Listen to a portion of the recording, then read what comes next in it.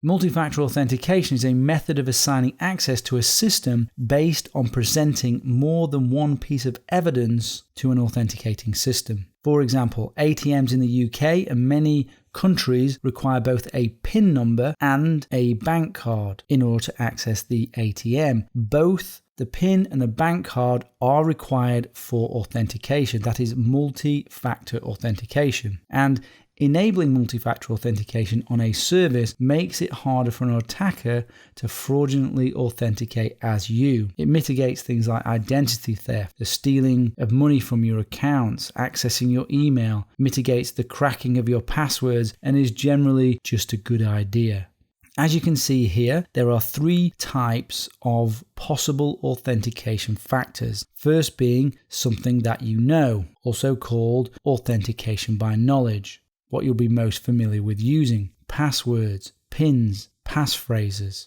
Then you have something you have. This is authentication by ownership. Things like ID badges, smart cards, your credit card's chip, your credit card's magnetic strip, a soft token like Google Authenticator, a hardware token like YubiKey or NitroKey, an SMS or text message or email that's sent to your phone, or even a phone call verification. This is something that you have. It's authentication by ownership. And then finally, you have something that a person is, which is authentication by characteristic. So retina scans, thumb scans, biometric, probably most commonly associated with the iPhone, the thumb scanner. That is something a person is, an authentication by characteristic. So using these 3 possible methods, this is called multi-factor authentication. But when only 2 factors are used, this can also be referred to as two-factor authentication,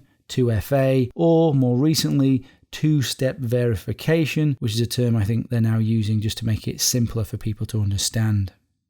Let's dig into some of the technology we can use to enable multi-factor authentication. The original free time-based one-time password or TOTP soft token was Google Authenticator, which you can see here. This is the URL to download the Android version. What you can also see here is the iPhone version of Google Authenticator. So it does come on Android, iPhone, and also BlackBerry, plus many third-party implementations. And this is known as a soft token, because the something you have, that extra password part, is generated in the software. And that thing that you see there in blue, the blue number, that is the extra password, the one-time password, the second factor of authentication. Google Authenticator supports OAuth, which is the Initiative for Open Authentication, and it supports this standard here, which is the TOTP, time-based one-time password algorithm. If we click on the RFC and we look here, one-time password OTP. If a site or service conforms to OTP, it means it will work with Google Authenticator as a second factor of authentication. And in fact, it will work with any other soft token or hard token that supports OTP.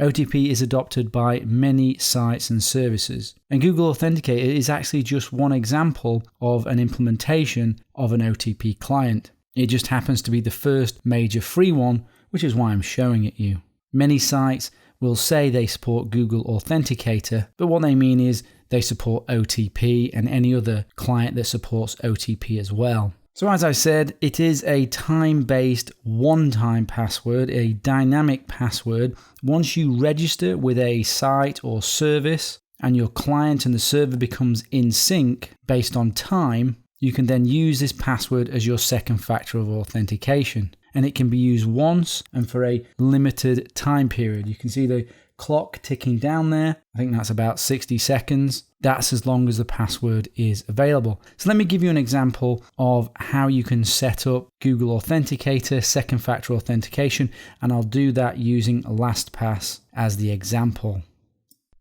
So let's go into LastPass for the demo. We'll go to the My LastPass Vault, account settings, and multi-factor authentication. And on here we can see it as Google Authenticator. Now with whatever service you are trying to use the Authenticator with, it will have something similar to this. And the easiest option is to see the QR code, or as it calls it here, the barcode. So if I click on view here, it's going to prompt me for my password.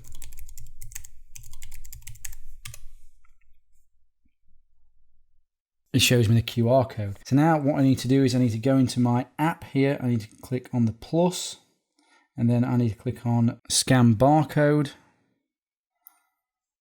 And then let's scan it in. And there we are, it's added. You can see reg@stationx.net, which is the account that I've got. So there you go. It can literally be as simple as that. When you're using a device where you cannot use the barcode, you can also view the key.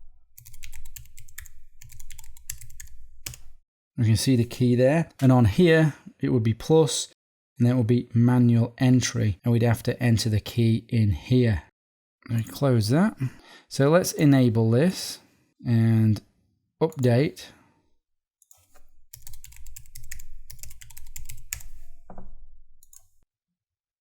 So it's asking me for my current verification code. This is to make sure that the sync is working. So we can see there it's 423269.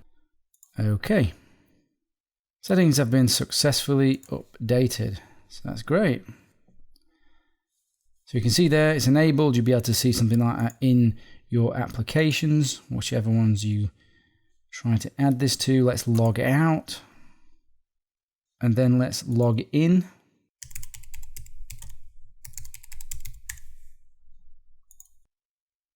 And we are prompted with this authentication, this second factor of authentication. So let's enter this, 541925. We don't want to trust this computer if we're looking for maximum security. Authenticate. And there we are. We have logged in. So that's an example of time-based passwords, and in this particular example we're using Google Authenticator. This is OTP, and it's also called a disconnected token because you manually type in that extra factor. Instead of using Google Authenticator, I actually recommend something called Authy, which is available here at this link. It is available on all the major phones and desktops. It uses the same one-time password standard OTP, so will work with any service that reports to be compatible with Google Authenticator or OTP, like I just showed you with LastPass. So with Authy, instead of just using Google Authenticator, you just use Authy, and you can see the screen here. You would just scan in with Authy instead, or enter the private key, just the same as we did with Google Authenticator, just a different app. But we use Authy because Authy is better. We use Authy because you have the ability to lock the app with a PIN or a Touch ID to prevent people accessing the app, which you really want and need, which you don't get with Google, unfortunately.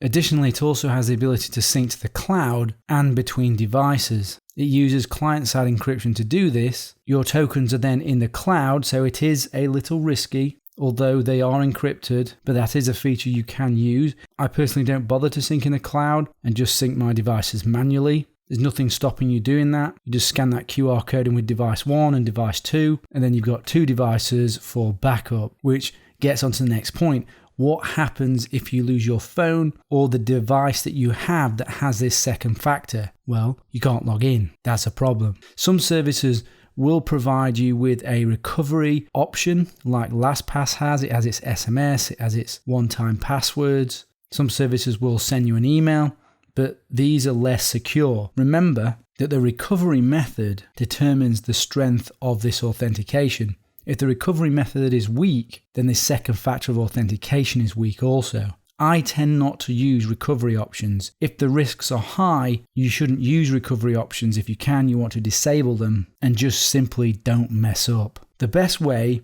to not mess up is to have Authy set up on multiple devices or whatever second factor you're using. And as I said, the same QR code or key is used on all those devices. So you'll see the same one-time password on each of the things that you use. And that is what the desktop version looks like. This is a Chrome extension for the desktop. If you want to use a desktop, or maybe you don't have another mobile device as a backup, you can back it up on your desktop. But you must have multiple devices with your second token on, or you could forever be locked out of your accounts. So I've just shown you Google Authenticator and Authy as OTP soft tokens. But as you can see from this list here, Android, iOS, Windows Phone, BlackBerry, these are all other OTP soft tokens that you can investigate and use. Moving away from soft tokens now, you can, as a second factor or part of multi-factor, have SMS or email that is sent to your phone or other device that you can use as a second factor of authentication, and you may have used this method to authenticate previously already on various services that you have used.